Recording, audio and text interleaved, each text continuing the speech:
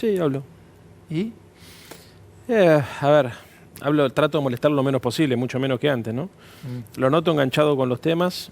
Me parece que está teniendo una actitud de liderazgo que a muchos los está sorprendiendo. Muchos de los que no nos votaron se sienten sorprendidos por la actitud de liderazgo de Alberto, por la calma que transmite, pero fundamentalmente porque le da a la gente la sensación de que hay alguien que está al frente de la crisis.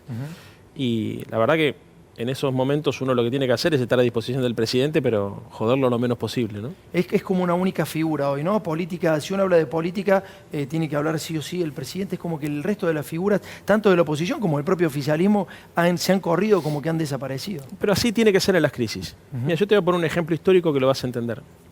Churchill en la Segunda Guerra Mundial. ¿Por qué hablaba todo el tiempo? ¿Por qué se hacía ver? ¿Por qué se mostraba? Básicamente para darle tranquilidad al pueblo, para que el pueblo supiese que había un poder político que estaba haciéndose cargo de la situación. Esto es un momento muy complejo también.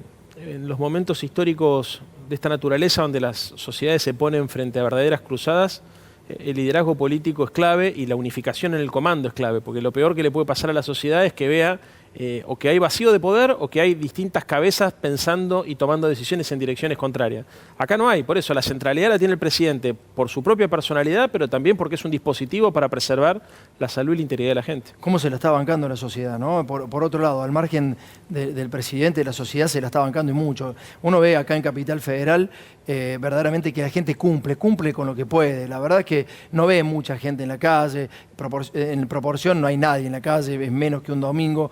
La gente se la está bancando. El tema es hasta cuándo, ¿no? Mirá, venimos de 4 años malísimos, la economía está absolutamente destruida. Todo el mundo sabe que más allá del virus, la situación socioeconómica de la Argentina era muy frágil.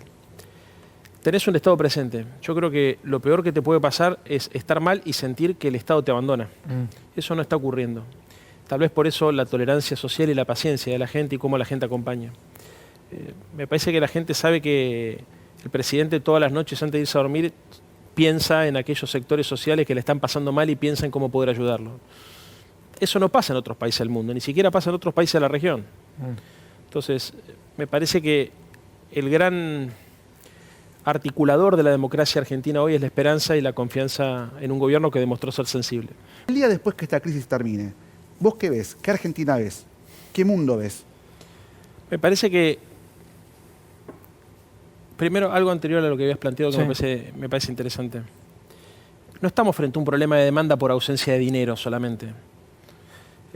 Si mañana vos inyectaras toda la liquidez que el sistema necesita, tendrías un fenómeno de carácter psicológico que también retraería la demanda. O sea, el problema es más complejo. No estamos frente a una crisis económica o una depresión económica de las tradicionales. ¿Por qué decís? Si yo le pongo plata a la gente, vos decís que no consume. No, Hoy. sí, va a consumir. Y es mejor que la tenga que no la tenga, está claro. Pero si vos tuvieses más plata de la que necesitas para comprar comida, no te irías a comprar una corbata. Y cuando pensemos lo que nos costaría volvernos a juntar a comer en un restaurante con un grupo de amigos. O sea, el mundo está de verdad frente a una situación que es novedosa. Esto no se asemeja ni siquiera a la crisis del 30. ¿Por qué? Porque hay un componente psicológico como consecuencia de la circulación social del virus. Claro. Entonces, o sea, es un cambio económico, pero también cultural. Exactamente, y eso va a tener un impacto económico. Nosotros hoy lo que estamos viendo es el impacto, lo que a mí más me preocupa hoy es el impacto en las familias, hacia adentro de los hogares. Que eso se traduce en depresiones, en ansiedades, se traduce muchas veces en angustias difíciles de explicar, en picos de soledad. Por eso yo le decía la vez pasada a un amigo que hay que llamar a la gente grande, llamar a los viejos, estar presente, tratar de estar comunicados.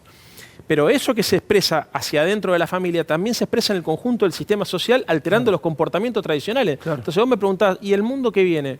¿Sabés cuál es la respuesta a eso? Depende cuál sea la profundidad de la crisis, cuánto dure y qué tanto valor destruya. Si destruye mucho valor, yo creo que la respuesta necesariamente tiene que ser como fue la de la Segunda Guerra Mundial. Un gran consenso donde surjan nuevas instituciones. De la Segunda Guerra Mundial, que fue la etapa más triste de la historia de la humanidad, 60 millones de muertos, el Holocausto. ¿Cómo se sale? Con un gran pacto social, con la creación del New Deal, o en realidad con el reimpulso al New Deal. El New Deal venía de las políticas del 30, pero lo que se llama la edad de oro de la economía, el nuevo pacto entre el capital y el trabajo, la redistribución del ingreso, fundamentalmente también la creación de nuevas instituciones. Pero ahí se zanjó el norte, en New Deal. ¿Cómo? Se zanjó el norte. Sí. En esta crisis, el Sí, norte claro. ya está encontrando sus mecanismos. ¿Y el sur? Sí, claramente. Latinoamérica. Bueno, claramente. Pero igual me parece que lo interesante de eso es que se tuvo que aplicar la creatividad y se tuvo que romper con los papeles de las teorías clásicas del manejo de las crisis económicas. Se tuvo que inventar algo, ¿no? O sea, es cierto lo que decís vos, la guerra básicamente sucede en Europa, el plan Marshall tuvo mucho que ver con la reconstrucción de Europa, esto es mundial, excede lo europeo y necesita seguramente creatividad. Bueno, el mundo, hablándole a sus propias autoridades de una manera tremenda, ¿no? Con la autoridad que tiene el médico y las cosas que le dicen, si no caen esos gobiernos, no cae nadie, ¿eh? Están al frente de la primera línea de batalla y están sintiendo las consecuencias de muchos años de desinversión. Esto no pasa desde ayer, pasa desde hace muchos años. Nunca se levantaron tampoco esos tipos, ¿no? En Argentina se levantan más rápido. Sí, los obvio. médicos, los trabajadores. No, pero además hay un criterio, me parece que el peronismo jugó un papel muy importante ahí en términos de subir el piso de la exigencia social. Costó mucho durante el menemismo resistir el desmantelamiento total del estado de bienestar, pero digamos, no se pudo, gracias a Dios no se avanzó como se avanzó en otras partes de Europa, ¿no? O sea, que me haces pensar en esto también, no solamente en los médicos que se levantan y que como trabajadores le dicen al Estado, loco, no existe nada y nos vamos a morir todos, y la verdad que es la voz del pueblo, sino los camioneros también, cómo se los puteó a los camioneros constantemente, que son mafiosos, y hoy son los que llevan los alimentos a todos lados y los que arriesgan realmente, y los que no pueden mear ni siquiera en una estación de servicio. En la estación de servicio le dicen, no, maestro, acá no bajan ustedes, no pueden hacer pis. Me tocó a mí ver esa situación. O sea, cómo los camioneros a los cuales se los puteó, se les dijo mafiosos. Bueno, ahora depende el alimento de todos los argentinos gracias a los camioneros, ¿no? Es que me parece que de esta crisis, ¿qué nos vamos a llevar? Que nadie se salva solo. Que la interdependencia es clave para poder vivir en comunidad y para poder desarrollarse. No existe sociedad en la cual uno pueda pensar, y menos en una sociedad de esta naturaleza, donde está todo tan vinculado, interconectado, que lo que te pasa a vos es independiente de lo que le pasa al vecino. Claro. Ahora creo que lo aprendimos y me parece que, yo creo que después de estamos aprendiendo. Vos sabés que también, eso que estás diciendo también me hace pensar, hubo un aplauso gigante a los barrenderos de la ciudad. Sí, claro. Pero en todos lados, pero ¿cuántas veces se los puteó a los barrenderos? ¿Qué cuánto cobraban? Nunca se vio que hacían el trabajo sucio, ¿no? Nunca se vio el laburo que hacían los barrenderos. Verdaderamente hay que estar en ese lugar. Cobres lo que cobres. Ir con tu ropa de trabajo, entrar a tu casa, saludar a tus chicos, porque no es que tenés una ropa por día, te la lavás vos en tu casa. Sí, claro. Digo, y ahora se lo está reconociendo, ¿no? Bueno, yo creo que una de las grandes enseñanzas tiene que ver con eso, con el valor del trabajo, con los roles sociales, con la necesidad de plantear criterios de mayor igualdad. Me parece que se sale por ese lado, se sale por la solidaridad. Ayúdame a leer esto, dale, vamos con América Latina, los principales países infectados y muertes. Paraguay tiene 41 casos confirmados, 3 muertes. Chile 1.306 y 4 muertes. Uruguay 217, 0 muertes.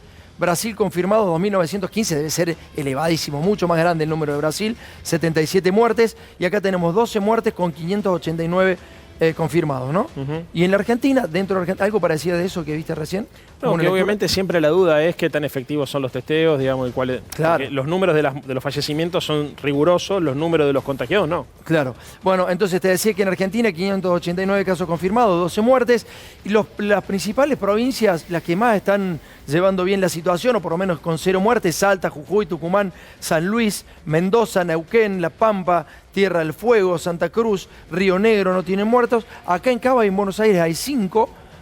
Córdoba no tiene, Entre Ríos no tiene, pero mirá la cantidad de infectados que hay, ¿no? En todos lados. Chaco la tiene complicada también, 4 muertes y 54 confirmados. Sí.